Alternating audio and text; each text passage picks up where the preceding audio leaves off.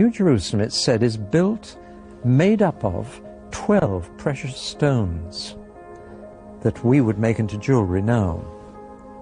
Now here's the fascinating thing, which to me is the final proof that that book is the Word of God, that it must be God-inspired.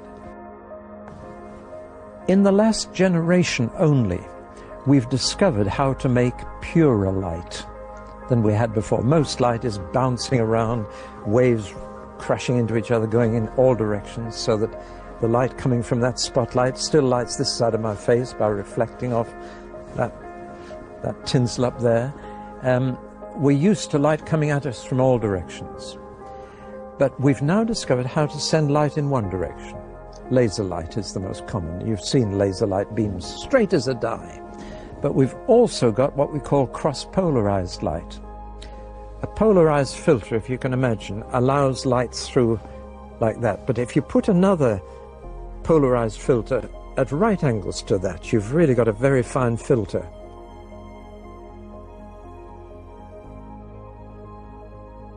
If you take sunglasses and take one lens and put it at right angles to the other, it goes even darker.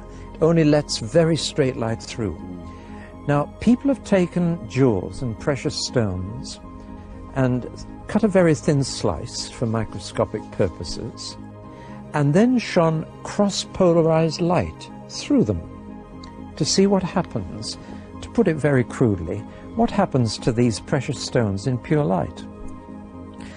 And one of two entirely different things happens with every jewel. The technical term, to give you a bit of science for a moment, is anisotropic jewels and isotropic jewels. Now what happens is this. Some jewels in pure light, whatever their color to begin with, they may be red, blue or green, turn into all the colors of the rainbow and the most fantastic patterns. Other precious stones in pure light lose all their color, just go black, look like a lump of coal dust. And it's only in this generation that people have discovered this unusual property.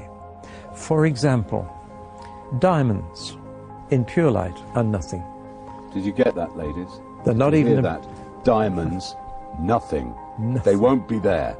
No, so make the most of them here. Rubies, garnets, just lose everything. Emeralds?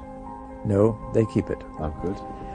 There are other stones that are anisotropic and go into these beautiful colors. Now here's the fascinating thing.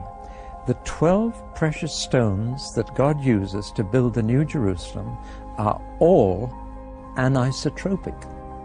In pure light, they are all far more beautiful. And God doesn't touch the diamonds or the rubies. He doesn't build with them. Now, let's just put on the screen a picture of these stones. Yeah. Look at the top 12 stones on this picture, and you'll see the stones of the New Jerusalem. Look at the 4 bottom ones at the bottom of the picture, and you'll see they're black, no attraction whatever. Now then, who knew this 2,000 years ago? No scientist knew it. Nobody knew it. John the Apostle, writing down the book of Revelation as the Lord dictated it to him, he didn't know. Nobody knew except one person in the entire universe, and he knew, and that was God himself. Where is that written exactly? Revelation 21, right, halfway through, and you'll find all the 12 stones listed there.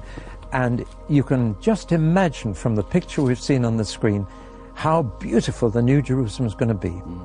No need for do-it-yourself decoration or changing rooms there. No need.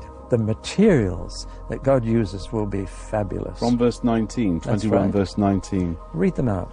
The first foundation was jasper. Yeah. The second sapphire. The third chalcedony. The fourth emerald. The fifth sardonyx. The sixth carnelian. The seventh chrysolite. The eighth beryl. The ninth topaz. The 10th chrysoprase. The 11th jacinth, and the 12th amethyst. No diamonds, no rubies, no garnets, because they're and they're isotropic.